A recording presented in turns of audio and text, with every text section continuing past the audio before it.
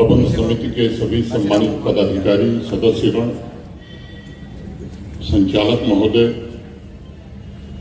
इस जनपद के पुलिस अधीक्षक, समारोह में उपस्थित विभिन्न विद्यालयों, महाविद्यालयों के प्राचार्य, इस महाविद्यालय के सभी फैकल्टी मेंबर्स,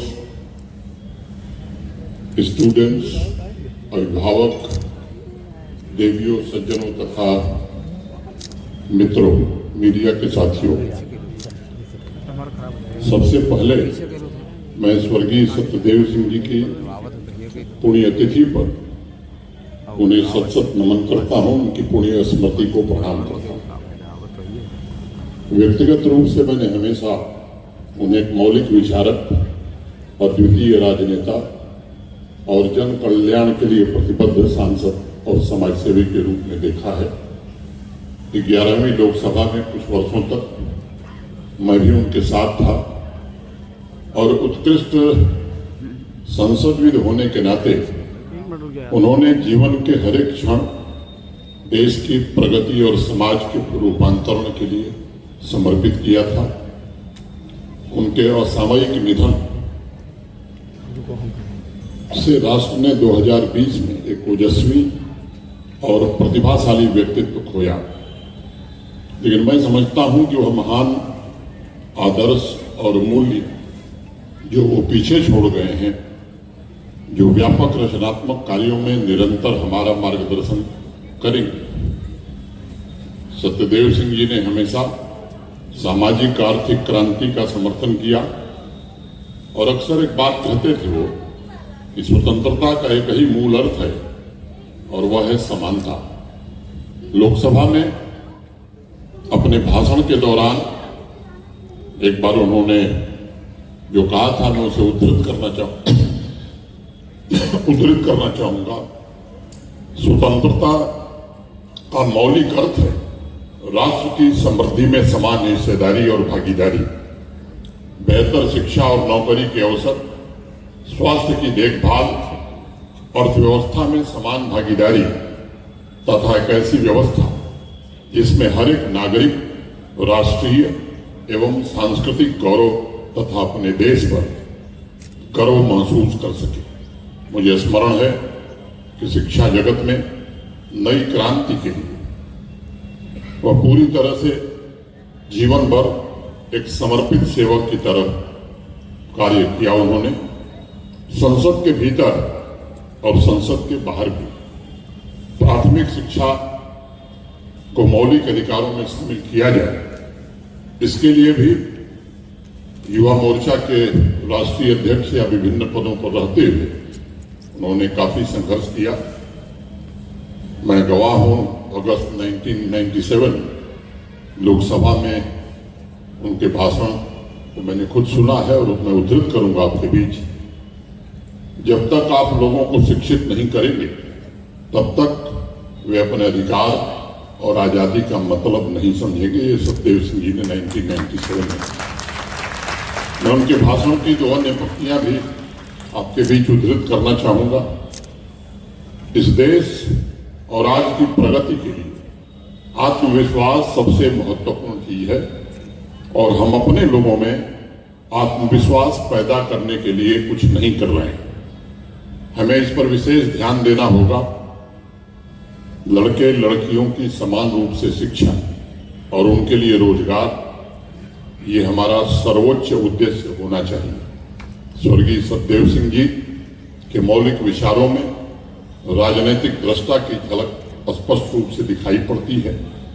उन्होंने भविष्य की आवश्यकताओं को तथा भारत की चुनौतियों को नजदीक से समझने का प्रयास किया था। आज महाविद्यालय के जिन प्रतिभाशाली विद्यार्थियों को सम्मानित किया गया है, मैं उम्मीद करता हूं कि वो भी सत्यदेव सिंह जी के महान आदर्शों के उत्तराधिकारी होने के साथ साथ भारत के भविष्य भी हैं और उनसे राष्ट्र को बड़ी अपेक्षाएं हैं। आज इस कार्यक्रम के आयोजन के लिए मैं सत्य सरोज फाउंडेशन, महाविद्यालय की प्रबंध समिति, महाविद्यालय के प्राचार्य महोदय, सभी शिक्षक या अन्य भी जो लोग इससे जुड़े रहे हैं, मैं उन सबके प्रति हृदय से कृतज्ञता ज्ञापित करता हूं। इस कार्यक्रम में उपस्थित सभी प्रतिभाशाली छात्रों तथा विशेष रूप से फैकल्टी मेंबर से मैं कुछ निवेदन करना चाहूंगा। पूरे देश में प्राइमरी एजुकेशन से लेकर उच्च शिक्षण संस्थानों को राष्ट्र की प्रगति के मुख्य इंजन के रूप में देश देख रहा है। यह एक सुखद बदलाव आया है। आधुनिक भारत, विकसित भारत की परिकल्पना को साकार करने के लिए भविष्य की वर्कफोर्स की कैपेसिटी बिल्डिंग में श्री लाल बहादुर शास्त्री महाविद्यालय जैसे शिक्षण संस्थानों को निश्चित रूप से अपनी महत्वपूर्ण भूमिका का निर्वहन करना होगा। जब विद्यार्थी शैक्षिक संस्थानों से बाहर आते हैं तब उनमें वास्तविक दुनिया से निपटने, विशेष रूप से अपने प्रोफेशनल कैरियर में आगे बढ़ने और राष्ट्रीय विकास में भाग लेने के लिए विशिष्ट क्षमताओं का निर्माण हो, ये मैं समझता हूं कि महाविद्यालय का एक महत्वपूर्ण दायित्व बनता है। इस दिशा में यहां उपस्थित फैकल्टी मेंबर्स से मैं निवेदन करूंगा कि समर्पित भाव से आपको कार्य करना होगा। यह भी ध्यान रखना होगा कि शिक्षा विद्यार्थियों में स्वतंत्र विचार और वैज्ञानिक चेतना को जन्म दे सके।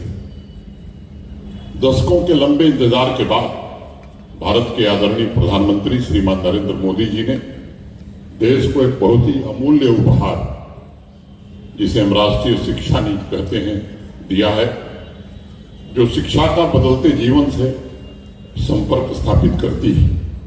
राष्ट्रीय शिक्षा नीति से ऐसे बदलाव, राष्ट्रीय शिक्षा नीति में ऐसे बदलाव पर बल दिया गया है जो तीव्र गति से हो रहे वैश्विक परिवर्तनों के साथ कदम से कदम मिलाकर चल सके।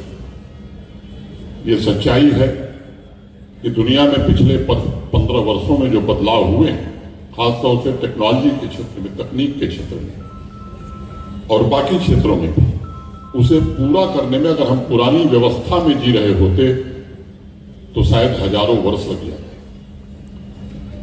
यह तुलना बहुत मायने रखती है। विज्ञान के विद्यार्थी जिज्ञासा स्वरूप पूछ सकते हैं क्यों और कैसे, क्योंकि जिस तेजी से दुनिया बदल रही है, शिक्षा में उस गति से परिवर्तन हम सब दुर्भाग्य से नहीं कर सके। नई पीढ़ी के बच्चों ने शायद वॉकमैन नहीं देखा होगा, लेकिन फैकल्टी मेंबर्स ने उसका उपयोग किया। 1980 में इस वॉकमैन म्यूजिक सिस्टम का आविष्कार हुआ था। फिर बाद में डिजिटल ऑडियो प्लेयर आया, जिसका आविष्कार 1999 में हुआ। लेकिन म्यूजिक सिस्टम को कॉम्पैक्ट बनाने का आविष्कार यहीं रुका नहीं, यहीं समाप्त नहीं हुआ। अक्टूबर 2001 में एप्पल के आईपॉड का आविष्कार हुआ और 2008 में स्पॉटिफाई लॉन्च हुआ। यानी 1980 से 2008 के बीच 28 साल में मानव ने, इंसान ने म्यूजिक सुनने के इंस्ट्रूमेंट में इतने बड़े आविष्कार किए जिन्हें लोग टेक्नोलॉजी का क्रांतिकारी बदलाव भी कहते हैं। लेकिन हमारे देश का दुर्भाग्य था कि 34 वर्षों से भी ज्यादा समय तक शिक्षा व्यवस्था में कोई ऐसा बड़ा बदलाव या आमूलचूल परिवर्तन, जिसे हम क्रांतिकारी बदलाव कह सकें, नहीं कर सके। शिक्षा इतनी जड़, इतनी जटिल, इतनी बोझिल बना दी गई थी कि कभी कभी तो विद्यार्थियों को कॉलेज का नाम सुनकर के उनके अंदर का उत्साह ही मृतप्राय हो जाता था। और यह कड़वी हकीकत है, इसे हमें स्वीकार करना होगा। स्टूडेंट्स अक्सर क्लास अटेंड करना ही छोड़ देते थे। सीनियर सेकेंडरी में बहुत से बच्चे स्कूल छोड़कर चले जाते थे। टीचर्स की अपनी व्यक्तिगत रुचि की वजह से कुछ अच्छे टीचर्स के क्लासेस में विद्यार्थियों की उपस्थिति पूरी रहती थी, विद्यार्थियों की रुचि रहती थी। पुरानी शिक्षा व्यवस्था को ढोते हुए स्टूडेंट्स की चेतना को इतना थका दिया गया था कि क्लासरूम में कोई स्वतंत्र विचार पैदा ही नहीं हो रहे थे। क्लास की, कॉलेज की चहारदीवारी में विवेक की ताजी हवा आनी बंद हो गई थी। और इसलिए मैं आपसे कहूंगा कि ये बात सदैव याद रखिएगा कि ज्ञान का ढेर किताबों से इकट्ठा तो किया जा सकता है, लेकिन विजडम, जिसे हम प्रज्ञा कहते हैं, को प्राप्त करने के लिए मात्र स्वतंत्र विचार और जिज्ञासा, क्यूरियोसिटी पैदा करनी होगी। सिर्फ मन मस्तिष्क की खिड़की खोलने की हमें जरूरत है, लेकिन विद्यार्थी को ठीक हमने लंबे समय तक उल्टा सिखाया। कोई विद्यार्थी सवाल करता है तो उसे बताया जाता था कि सवाल करने की जरूरत नहीं है, जो पढ़ाया जा रहा है बस उसे याद कर लो।